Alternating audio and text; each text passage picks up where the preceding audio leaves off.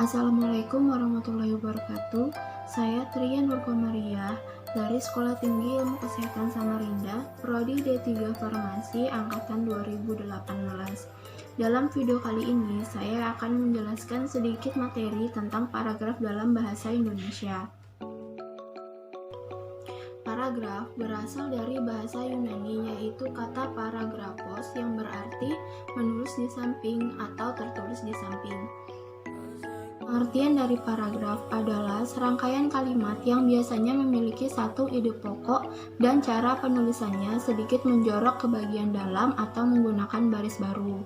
Nama lain dari paragraf adalah alinea. Dalam sebuah karangan atau tulisan, paragraf mempunyai fungsi untuk memudahkan pengertian dan pemahaman dengan memisahkan satu topik atau tema yang lain, karena dalam tiap paragraf hanya boleh memiliki satu ide pokok atau gagasan utama.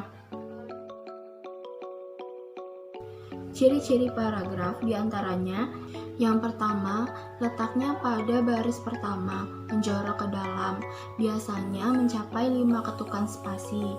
Yang kedua, mengandung satu gagasan utama yang dijelaskan dengan beberapa pikiran penjelas atau kalimat penjelas. Yang ketiga, gagasan utama dan kalimat penjelas dinyatakan dengan kalimat yang lugas dan efektif. Yang keempat, kalimat-kalimat yang ada dalam paragraf harus saling berkaitan satu sama lain. Jenis-jenis paragraf. Yang pertama, berdasarkan posisi kalimat topik. Di sini dibagi menjadi 4. Yang pertama, paragraf deduktif, yaitu paragraf yang kalimat topiknya berada di awal paragraf dan diikuti kalimat-kalimat penjelas untuk mendukung gagasan utama. Yang kedua, paragraf induktif. Pada paragraf ini, kalimat topik berada di akhir paragraf dan diawali oleh kalimat-kalimat penjelas untuk mendukung gagasan utama. Yang ketiga, paragraf deduktif induktif. Pada paragraf ini, kalimat topik berada di awal dan di akhir paragraf. Meskipun ada 2 kalimat topik, bukan berarti ada 2 gagasan utama dalam paragraf ini. Dan yang keempat adalah paragraf ineratif, yaitu kalimat utamanya terletak di tengah-tengah paragraf.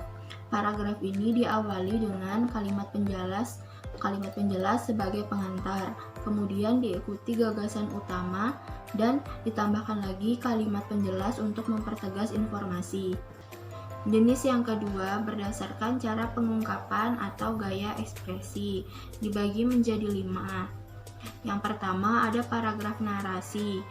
Ciri utamanya adalah adanya peristiwa atau kejadian, baik yang benar terjadi atau imajinasi, maupun gabungan dari keduanya. Yang kedua, paragraf deskripsi, berisi gambaran suatu objek atau suatu keadaan sejelas-jelasnya dengan melibatkan kesan indera. Yang ketiga, paragraf eksposisi, paragraf yang bersifat ilmiah atau non-fiksi, di mana sumbernya berasal dari pengamatan, penelitian, atau pengalaman. Yang keempat, paragraf argumentasi. Dasar penulisannya adalah berpikir kritis dan logis, berdasarkan fakta-fakta yang dapat dipertanggungjawabkan. Yang kelima, paragraf persuasi. Berisi ajakan yang bertujuan untuk membujuk pembaca agar melakukan sesuatu yang diinginkan oleh penulis. Jenis paragraf yang ketiga yaitu berdasarkan urutan, dibagi menjadi 3, paragraf pembuka, paragraf isi, dan paragraf penutup.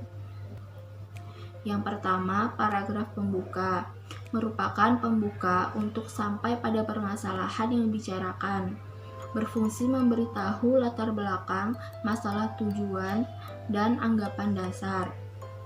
Yang kedua, paragraf isi merupakan inti dari sebuah karangan. Dan yang ketiga, paragraf penutup merupakan simpulan dari pokok pikiran dalam paragraf tersebut. Demikian sedikit penjelasan dari saya, kurang lebihnya saya mohon maaf. Sekian dan terima kasih.